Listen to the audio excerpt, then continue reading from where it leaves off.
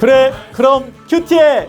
할렐루야! 사랑하는 중고등부 친구들, 오늘도 변함없이 굿교회에 오신 여러분들을 환영하고 축복합니다. 와, 이제 따뜻한 완연한 이제 봄이 된 것처럼 여러분들의 마음속에도 따스한 하나님의 말씀의 은혜가 함께하길 기도하겠습니다.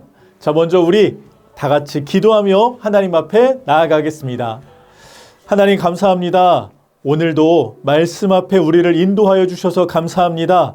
말씀대로 살아갈 수 있도록 힘과 능력 더하여 주시옵소서. 예수님의 이름으로 기도합니다. 아멘. 하나님께서 오늘 우리에게 주신 말씀은 누가복음 20장 27절에서 40절 말씀입니다. 먼저 목사님과 한 절씩 교대로 봉독하시겠습니다. 부활이란 없다고 말하는 어떤 사두개파 사람들이 찾아와 예수께 질문했습니다. 그들이 말했습니다. 선생님, 모세의 기록에 따르면 형이 자식 없이 아내를 두고 죽으면 그 동생이 과부가 된 형수와 결혼해 형 대신 자식을 낳아야 한다고 했습니다.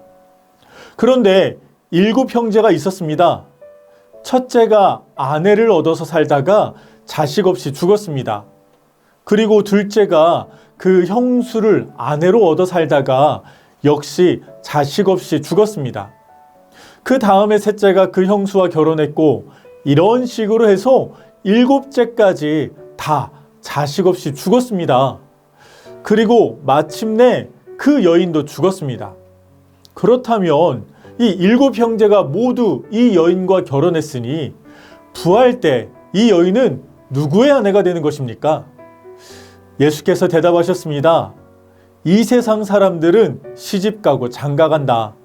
그러나 저 세상과 죽은 사람 가운데 부활에 합당하다고 여겨지는 사람들은 시집도 가지 않고 장가도 가지 않을 것이다.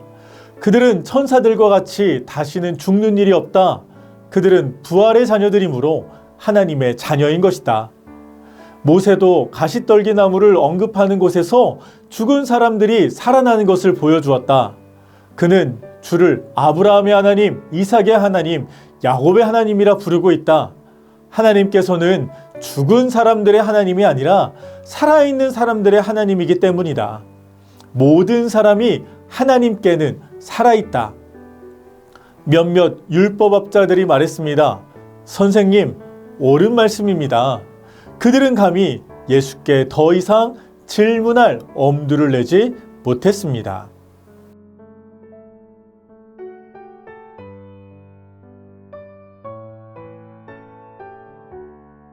오늘 말씀에 이 사두개파 사람들이 등장합니다.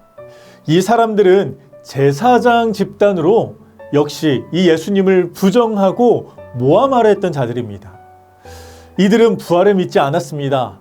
그래서 그 사두개인들이 예수님께 오늘 질문한 것입니다. 예수님, 7 형제 중에 첫째가 결혼해 살다가 죽게 되면 둘째가 그 형수와 다시 함께 살고, 그러다 둘째가 죽게 되면 다시 이제 셋째가 그 형수와 결혼해 살게 됩니다.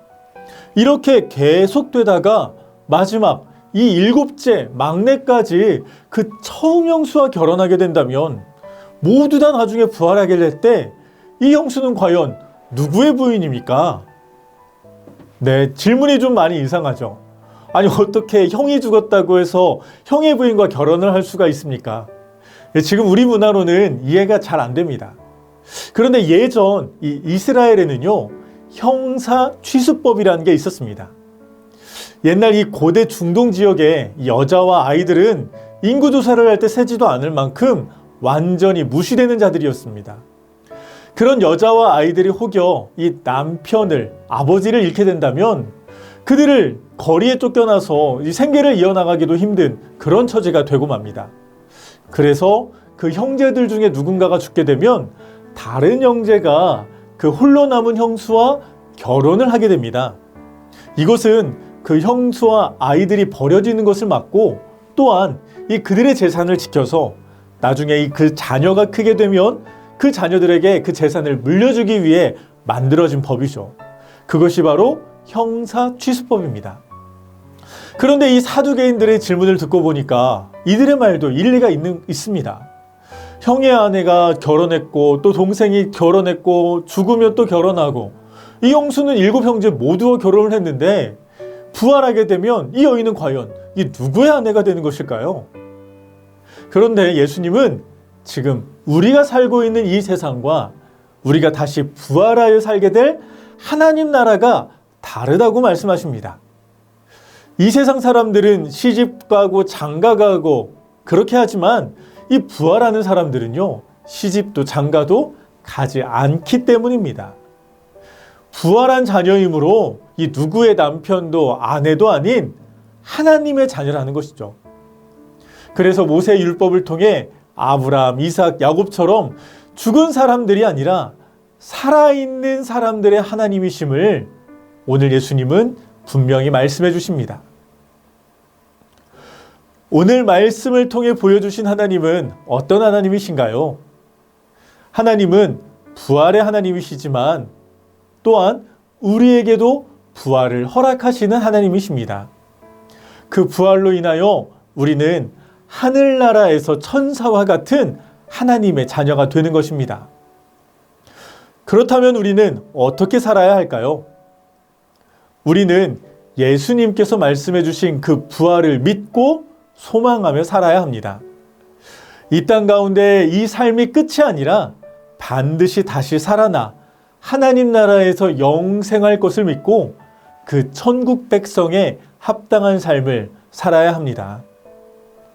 우리는 부활의 자녀로서 어떻게 살아야 할까요?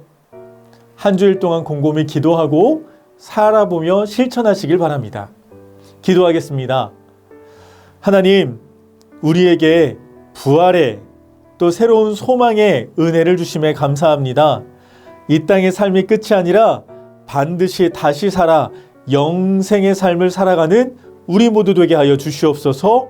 그 부활을 믿는 자 되게 하여 주시옵소서. 예수님의 이름으로 기도합니다.